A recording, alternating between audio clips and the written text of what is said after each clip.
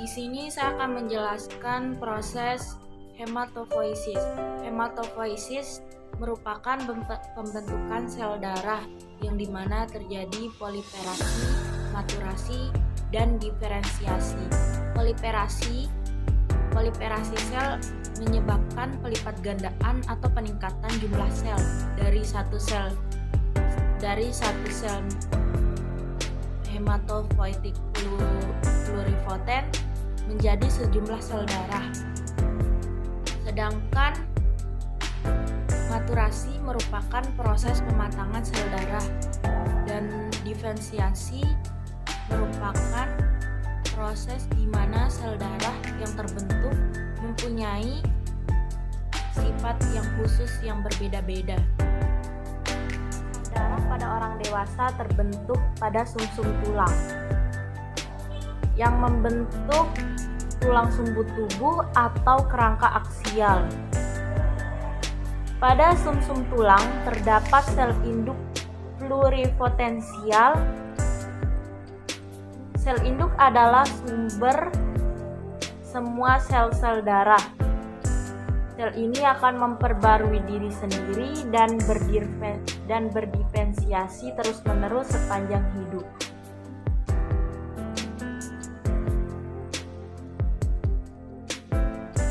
Anatomi darah. Pada dasarnya, darah adalah jaringan ikat yang kompleks di mana sel-sel darah hidup yang terbentuk dari berbagai macam unsur-unsur pembentukan darah.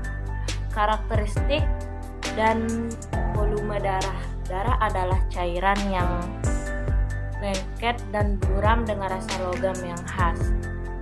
Mulai dari warna tergantung oksigen yang dibawa. Jika kaya akan oksigen, maka darah akan berwarna merah tua.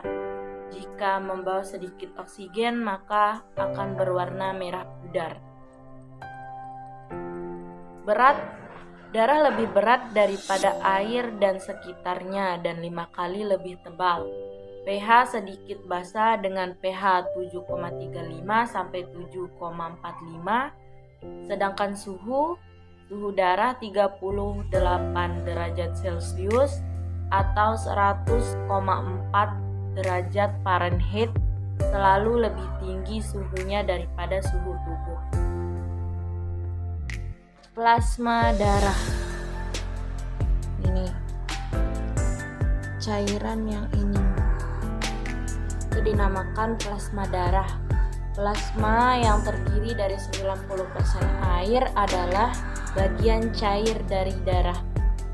Zat terlarut contohnya meliputi garam, nutrisi, gas pernapasan, hormon, protein, plasma, dan berbagai zat sisa dan metabolisme zat.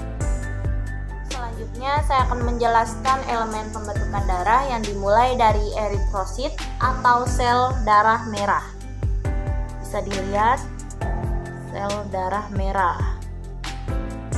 Sel darah merah berfungsi untuk mengangkut oksigen dalam darah ke semua sel tubuh. Di dalam eritrosit ada hemoglobin. Hemoglobin adalah protein yang mengandung zat besi dan mengangkut sebagian besar oksigen yang dibawa di dalam darah. Jumlahnya antara 5 juta per milimeter kubik darah. Sel darah merah lebih banyak daripada sel darah putih, dibandingkan sekitar 1000 banding 1 dan merupakan faktor utama yang berkontribusi terhadap vikositas darah.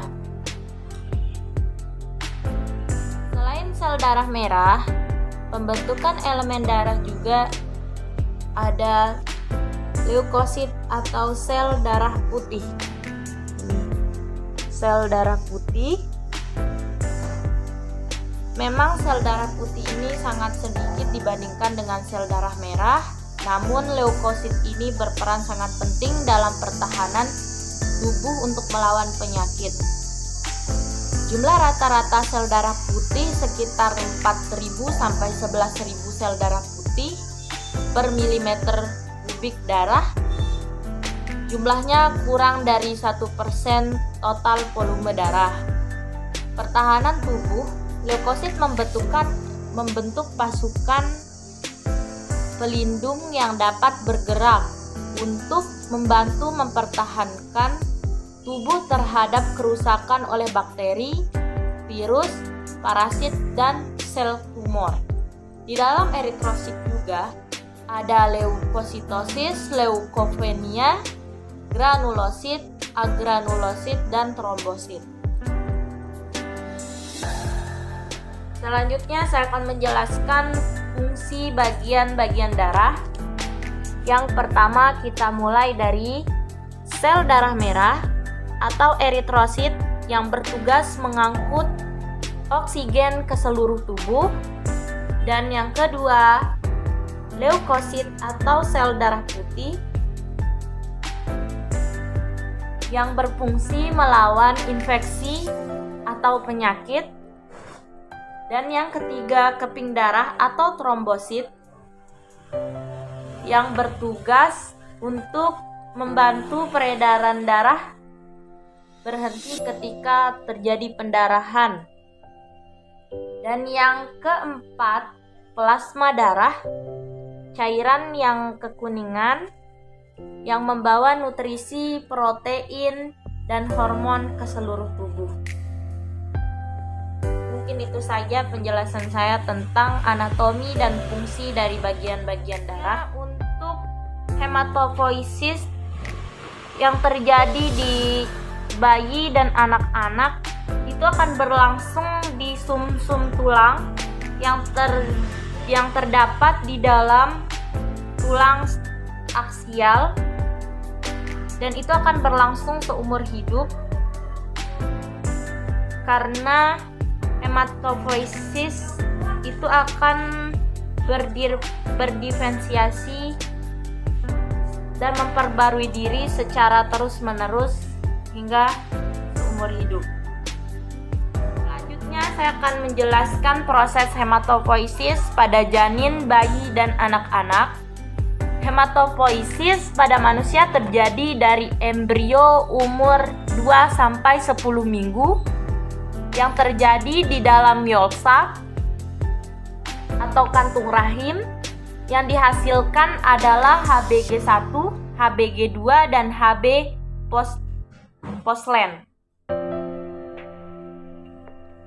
Proses hematopoiesis ini dinamakan mesoblastik. Selanjutnya dimulai sejak embrio umur 6 minggu terjadi di hati, sedangkan pada limpa terjadi pada umur 12 minggu dengan produksi yang lebih sedikit daripada hati.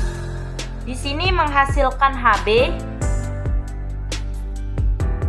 yang dinamakan dengan hematopoiesis proses hepatik. Selanjutnya dimulai dari usia kehamilan 20 minggu terjadi di dalam sumsum tulang, kelenjar, dan limfonodi dan timus. Di sumsum tulang, hematopoiesis berlangsung secara seumur hidup, terutama menghasilkan HBA, granulosit, dan trombosit. Sedangkan pada timus yaitu limfosit, terutama limfosit T. Mungkin hanya itu yang bisa saya jelaskan. Selanjutnya untuk hematopoiesis yang terjadi di bayi dan anak-anak itu akan berlangsung di sumsum tulang yang terdapat di dalam tulang aksial, dan itu akan berlangsung seumur hidup karena hematopoiesis itu akan berdiferensiasi dan memperbarui diri secara terus-menerus hingga seumur hidup. Saya akan menjelaskan proses peredaran darah pada janin. Darah yang kaya akan oksigen dan nutrisi menuju janin melalui vena umbilikalis yang terdapat di dalam tali pusar. Jumlah darah yang dialirkan dari tali pusar adalah 500 ml per menit. Melalui vena umbilikalis menuju hati melalui ductus venosus.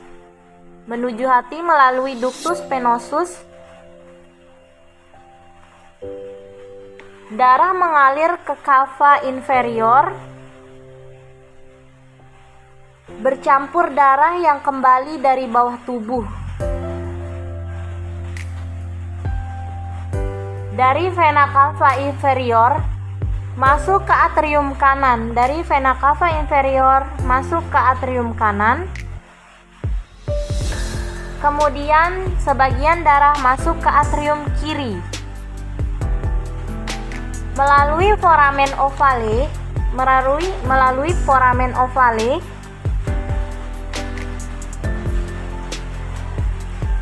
melalui foramen ovale, sebagian kecil darah masuk ke ventrikel kanan, bercampur dengan darah yang dari vena superior.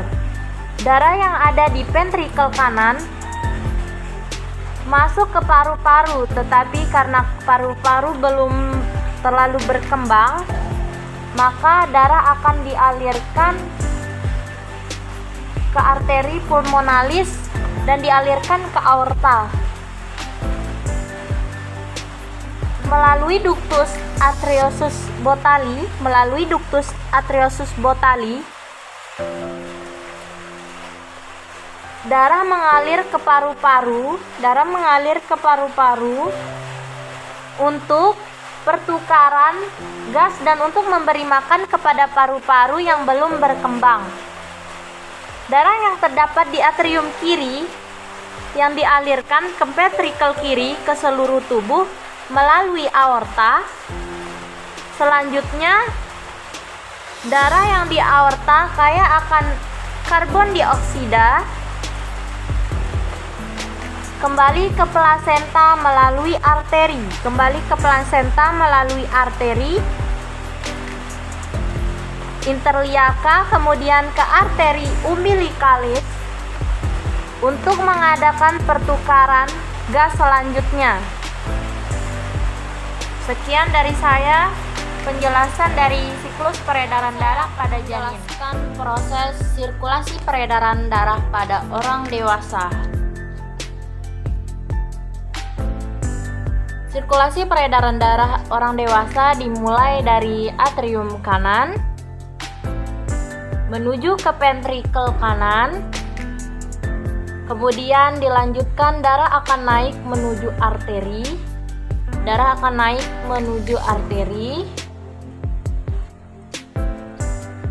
menuju arteri pulmonari atau meninggalkan jantung, dan dilanjutkan ke vena pulmonari.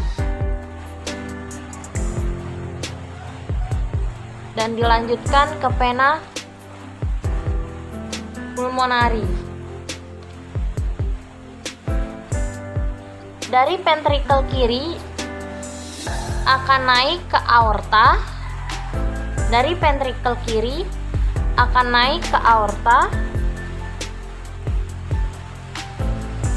akan naik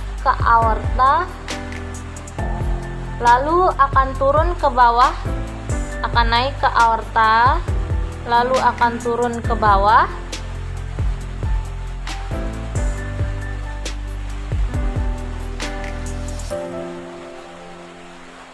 melalui vena cava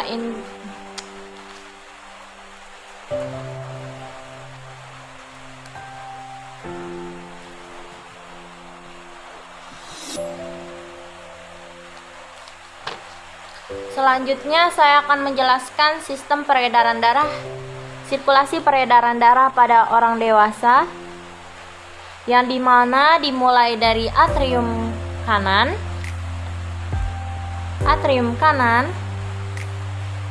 menuju ke ventrikel kanan. Kemudian dilanjutkan darah akan naik ke arteri pulmonari atau meninggalkan jantung. Meninggalkan jantung dan dilanjutkan ke vena pulmonari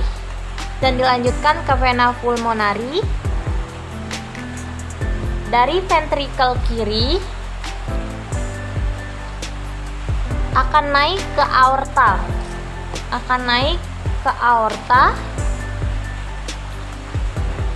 lalu akan turun ke bawah,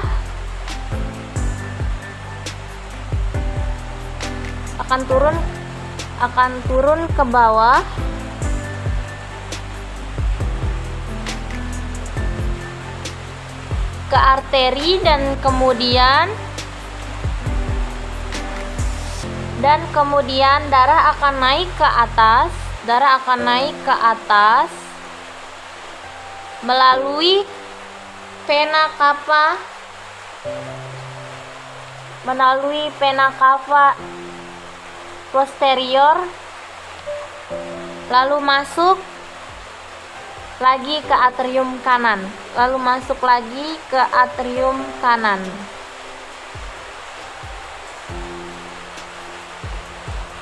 Sistem peredaran darah manusia terbagi menjadi dua. Yang pertama, sistem peredaran darah besar, yang kedua, sistem peredaran darah kecil. Sistem peredaran darah besar melibatkan ventrikel kiri, aorta, arteri, organ, dan vena cava inferior. Sedangkan sistem peredaran darah kecil melibatkan ventrikel kanan, arteri pulmonari, paru-paru, vena pulmonalis, dan atrium kiri. Sekian dari saya penjelasan mengenai peredaran darah pada orang dewasa.